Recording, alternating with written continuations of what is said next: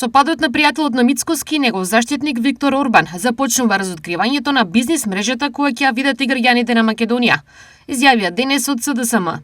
ВМРО ДПМН ја друга страна прашуваат, ако СДС се проевропска држава, тогаш зошто сите европски институции постојано ги демантираат? Со падот на пријателот на Мицкоски и негов заштитник Виктор Орбан започнува разоткривањето на бизнис мрежата која ќе ја видат и граѓаните на Македонија. Освен бизнисите и релациите на Орбан, новиот унгарски премиер Петер Маџар најави преиспитување и на скапите меѓународни договори за кинеските кредити. Тоа директно ја засега и Македонија и македонските граѓани.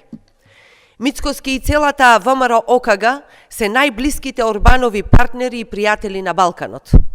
Еден од тие скапи и нетранспарентни договори склучи владата на Мицкоски со владата на Орбан, со кој што ги задолжи граѓаните 1 милијарда евра. СДС се представуваат како проевропска опција, а се што ќе кажат постојано е демантирано од европски институции или од европратеници. Проевропска опција е етикета која СДС и Венко Филипче сами си ја налепуваат само за да даваат лажни оправдувања за сите национални предавства кои ги направија додека беа на власт.